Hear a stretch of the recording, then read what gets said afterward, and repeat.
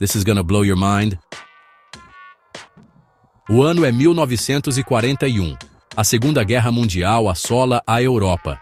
A máquina de guerra nazista, implacável e brutal, avança profundamente pelo território soviético. Em 19 de setembro, após semanas de combates ferozes, as forças alemãs tomam Kiev, a capital da Ucrânia soviética.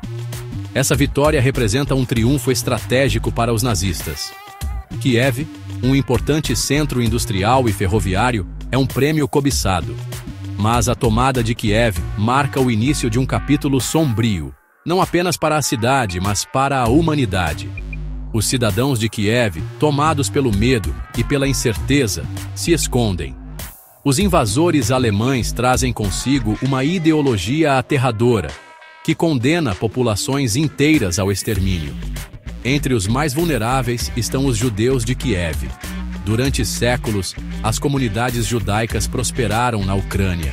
Kiev abrigava uma vibrante população judaica, parte integrante do tecido social e cultural da cidade. Mas, sob o domínio nazista, seu destino estava selado. Nos arredores a noroeste de Kiev fica Babi Yar, uma ravina longa e profunda envolta em uma história sombria. Durante séculos, esse acidente geográfico despretensioso foi uma testemunha silenciosa do vai e vem da vida e da morte na região. Seu nome, Babi Yar, evoca uma sensação de mistério e presságio. Lendas locais sussurravam tragédias e assombrações. Histórias passadas de geração em geração, como causos de Trancoso. Nos anos que antecederam a Segunda Guerra Mundial, Babi Yar serviu como cemitério judaico, um local onde os vivos prestavam suas últimas homenagens aos que partiram. Mas a história da ravina estava prestes a dar uma guinada terrível, uma página triste e inesquecível. A ocupação nazista de Kiev foi rápida e brutal. Os alemães não perderam tempo em implementar seu plano para a cidade e seus habitantes.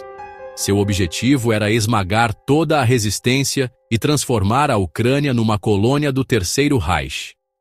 No centro desse plano estava a eliminação dos judeus. A ideologia nazista não via os judeus como seres humanos, mas como uma ameaça à pureza da raça ariana. Essa visão distorcida de mundo justificava o impensável, o assassinato sistemático de todo um povo. Dias após a chegada, os alemães começaram a espalhar propaganda antissemita. Cartazes apareceram por toda a cidade, acusando os judeus de colaborar com o inimigo e espalhar doenças. O objetivo era desumanizar a população judaica aos olhos de seus vizinhos, para tornar mais fácil a aceitação das atrocidades que viriam. O palco estava montado para o genocídio. O massacre de Babi Yar não foi um ato aleatório de violência. Foi uma operação cuidadosamente planejada e executada, levada a cabo por homens que acreditavam estar cumprindo com o seu dever patriótico. No coração da máquina de matar estavam os Einsatzgruppen, esquadrões móveis de extermínio encarregados de liquidar judeus e outros indesejáveis na esteira do avanço do exército alemão. Essas unidades eram compostas por nazistas fanáticos, homens que foram doutrinados na ideologia do ódio racial. Os Einsatzgruppen eram auxiliados por outras unidades do regime nazista, a SS, a Gestapo e até soldados regulares da Wehrmacht. Colaboradores locais, ansiosos para obter o favor das novas autoridades ou movidos por seus próprios preconceitos antissemitas, também desempenharam um papel no horror que se desenrolou. Juntos, esses perpetradores transformariam Babi Yar em um verdadeiro campo de extermínio. Seção 5. 29 a 30 de setembro de 1941. Dias de horror. Em 29 de setembro de 1941, o horror tem início. Os judeus de Kiev recebem ordens para se reunirem em um local designado, levando consigo seus pertences e documentos mais importantes. Dizem a eles que serão reassentados, uma mentira cruel que mascara a verdadeira natureza do seu destino. uma história para boi dormir, como se diz por aqui. Milhares de homens, mulheres e crianças se reúnem com suas posses em malas e trouxas, como se fossem retirantes. O clima é pesado, carregado de medo e incerteza. Dá para cortar com uma faca. As vítimas são levadas em grupos até a beira de Babi Yar. Lá, são obrigados a entregar seus objetos de valor, a se despir e a descer a ravina. No fundo, esperando por eles, estão os Einsatzgruppen. Metralhadoras cospem fogo. O ar se enche com o cheiro de pólvora e morte.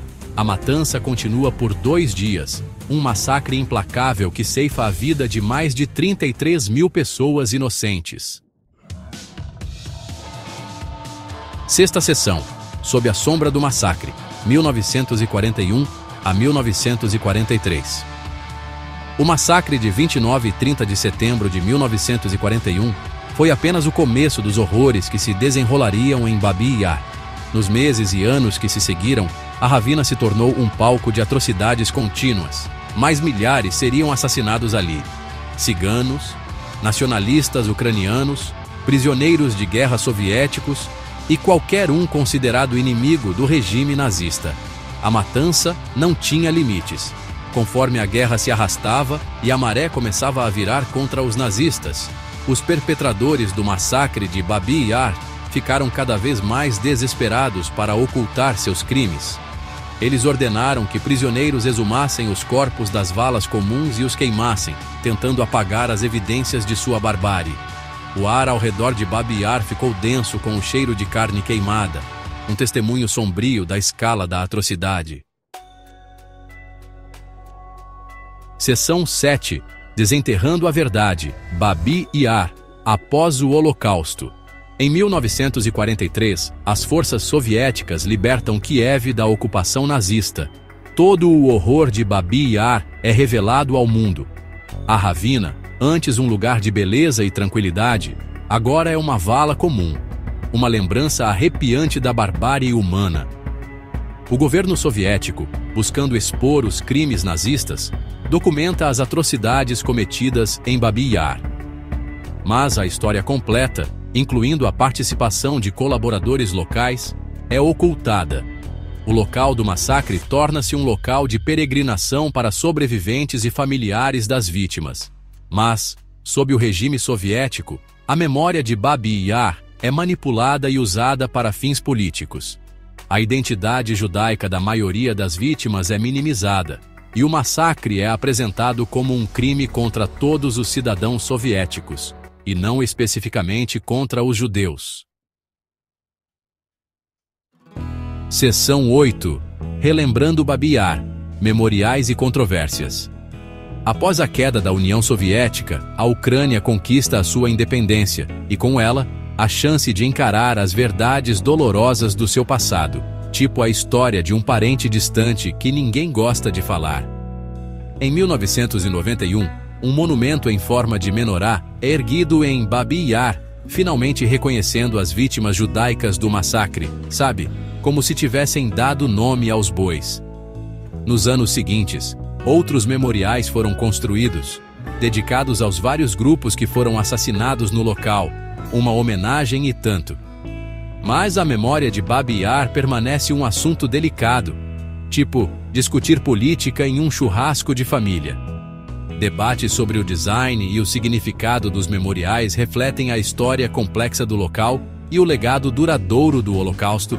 É como tentar agradar gregos e troianos. Alguns argumentam que os memoriais devem focar-se apenas nas vítimas judaicas, tipo, cada macaco no seu galho, enquanto outros acreditam que devem homenagear todos aqueles que foram assassinados em Babi Yar. Afinal, uma desgraça pouca é bobagem. Seção 9. O legado de Babi Yar, um aviso da história. Hoje, Babi Yar permanece como uma lembrança sombria dos horrores do genocídio e dos perigos do ódio desenfreado. Uma ferida aberta na história, como a chacina da Candelária. É um local de memória, um lugar sagrado, onde honramos a memória das vítimas, como fazemos no Dia de Finados, e prometemos nunca esquecer as lições do passado. O massacre de Babi Yar foi um crime contra a humanidade, uma página negra da história, comparável à ditadura militar no Brasil. Um testemunho da capacidade para o mal que existe em todos nós, como vimos na Guerra do Contestado. Ao confrontarmos os desafios do século XXI, o crescente nacionalismo, presente até em discursos políticos atuais, os conflitos étnicos e a persistência do antissemitismo, infelizmente ainda presente em pichações e discursos de ódio, a memória de Babi Yar serve como um aviso, um alerta como o Dia da Consciência Negra.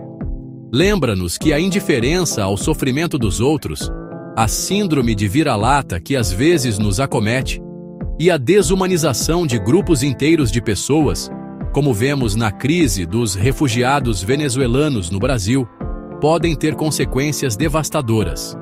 As lições de Babi Yar são intemporais e universais, tão importantes quanto as lições de Tiradentes. Nunca devemos esquecer. Siga e compartilhe para manter viva a memória. O Alquimista.